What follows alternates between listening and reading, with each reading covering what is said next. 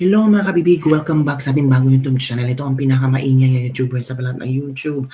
Ako si Kabibig, maglabak-labak na tao with evidence. Ako po, mabubuking talaga ang lahat. Walang sikreto na hindi mabubulgar.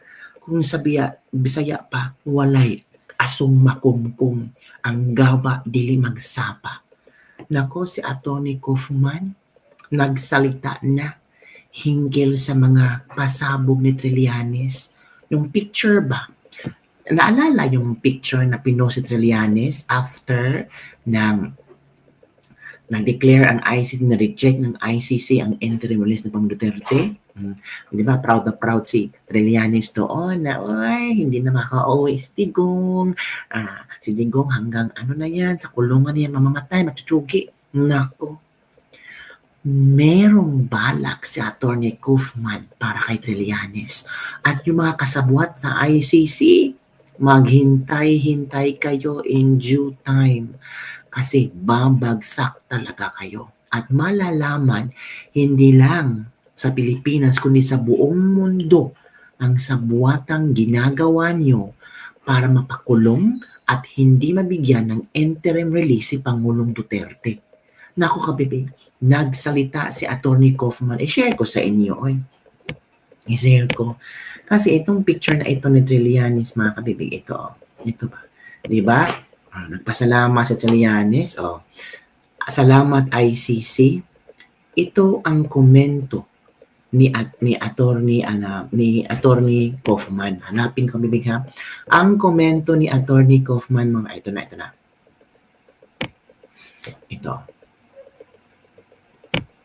na. Sabi ni Atty. Kaufman, kabibig ha, i-share ko lang sa'yo para kita. Dito ang basahin ko ha, from Alvin and Tourism. Sabi ni Atty. Kaufman, Attorney Nicholas Kaufman's statement in response to remarks made by former Senator Antonio Trillanes. Ito na.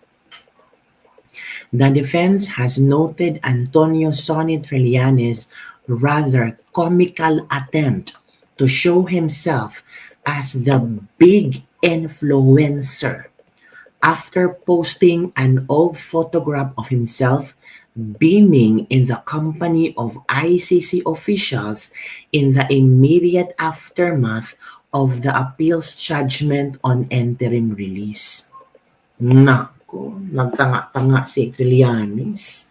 So, sa sobrang emosyon niya ba, hindi niya mapigilan, nag-post nito, tapos may salamat ICC after ng mag-reject ng ICC sa interim release ng Digong. Yan, kinuha ng abogado at ito ay pwede niyang gamiting ebidensya na sasabihin, tingnan nyo, taga-Pilipinas to, kontra ito ng mga Duterte, bakit nakipagkita sa ICC? Diba? Bringing or showing, attempt to show himself as the big influencer. Tingnan mo, siya ang main influencer, big influencer na posibleng tumulong, posibleng utak sa pag-surrender, pagkidnap kay Pangulong Duterte. Ito pa, Antonio Trillanes' exploitative maneuver to voice himself on unsuspecting ICC officials is indicative of the political manipulation which lead to the former president's transfer to The Hague and will be exposed in due course. Nako, mali yata ang paglaro ni Trillanes. Mali yata yung movement ni Trillanes. Akala kasi ni Trillanes na hindi mautak itong defense team ni Pangulong Duterte.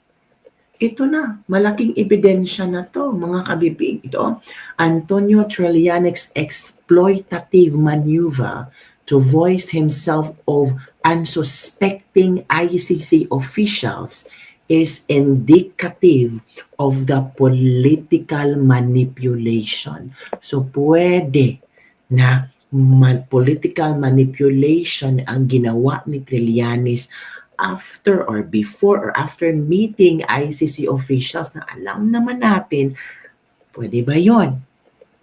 Bakit? Witness ba si Trillanes? Di ba? Ano? Lawyer ba si Trillanes? Hindi naman. Ang Pilipinas ay hindi nakasapi ng ICC. Di ba? Nako. Yon mga kabibig. Paano na yan? Sabi dito, boy kanin, wag ka kasing pabida. Yan tuloy, sunog. Tuwing narinig ko ang pangalan, naalala ko yung fork na ako. Praying to trust, ipasok sa ICC. Panapanahon na lang yan, may araw ka rin Trillian. Napansin ng depensa ang katawatawang pagtatangka ni Trillian na ipakita ang kanyang sarili bilang isang malaking influential matapos mag-post ang isang lumang litrato niya na nakangiti kasama ang mga opisyal ng ICC pagkatapos ng hatol sa apila ng pansamantalang pagpapalaya. Ang pansamantalang maniobra ni Antonio Trillanes na ipilit ang kanyang sarili sa mga walang kamalay-malan na opisyal ng ICC ay nagpapahiwatig ng manipulasyong pampolitika na humantong sa paglipat ng dating Pangulo sa The Hague at mabubunig ito sa takdang panahon. Naku po, kabibig. Paano yan, Trillanes? Delikado yung ginawa mo. Diba? Parang you're putting yourself in the center of intrigues. Paano yan, kabibig? Ano kaya maging reaction ni Trillanes nito? Of course, iimbestigahan ito ni Kaufman. Posible bang makasuhan si Trillanes? Ay, hindi natin alam kung ano ang plano ni na Attorney Nicholas Kaufman. Kasi timing na timing Timing na timing yung pag-post si Trillanes. Naku, itong dalawang ICC officials baka, ipatawag ito. Naku, mas lalong mas lalong ang mga tao hindi na maniniwala sa ICC.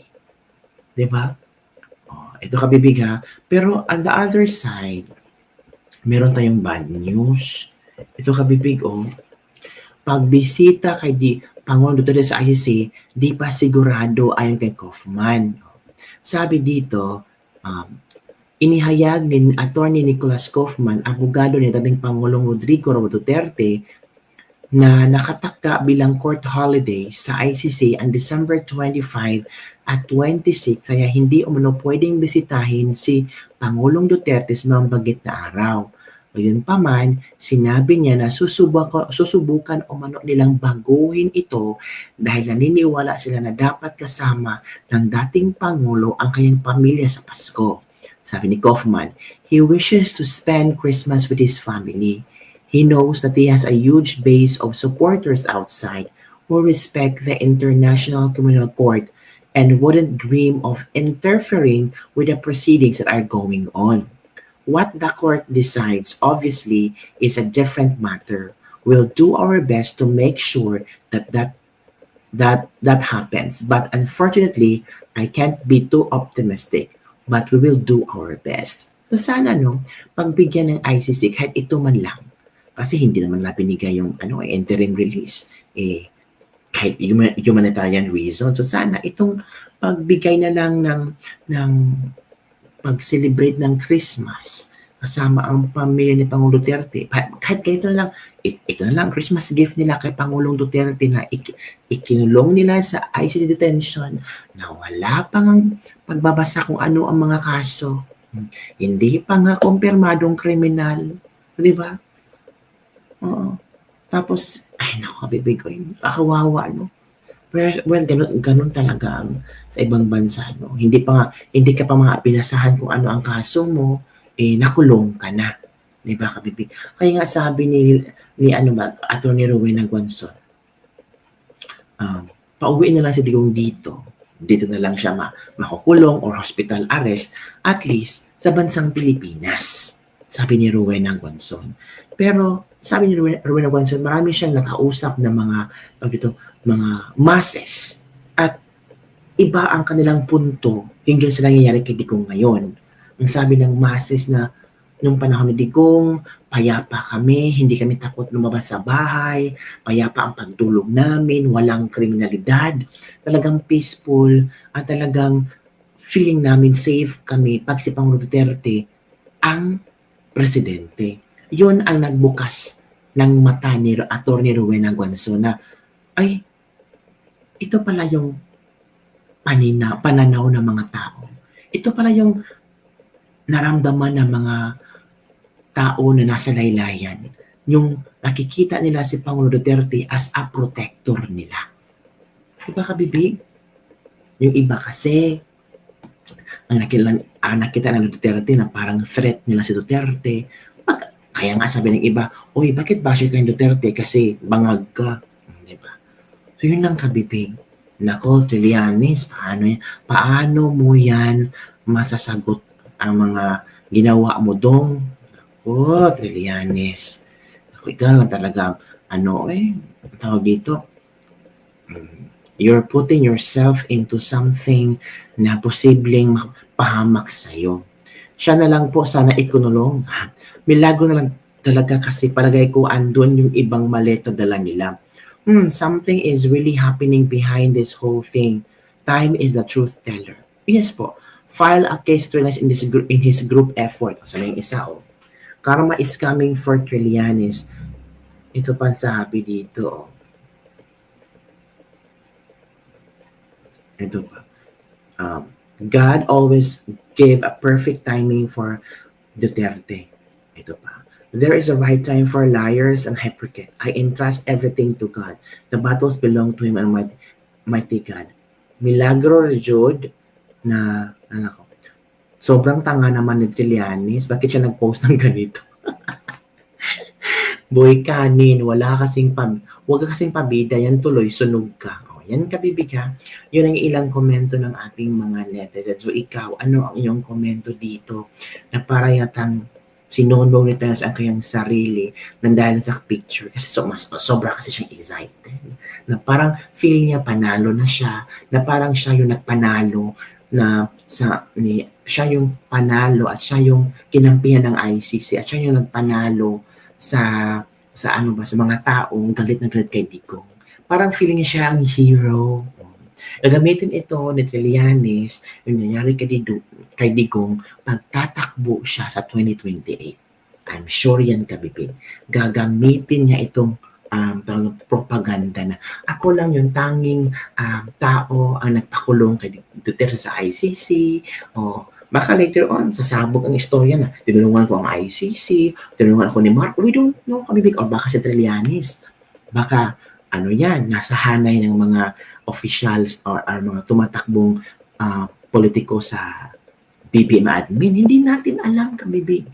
Malalaman natin sa tamang panahon lahat-lahat ng mga sikreto na pilit nang tinatago pero iisa-isa nang lumalabas ang baho. Yun lang po kabibig. Don't forget to like, subscribe, and share this video. Bye everyone. See you next time.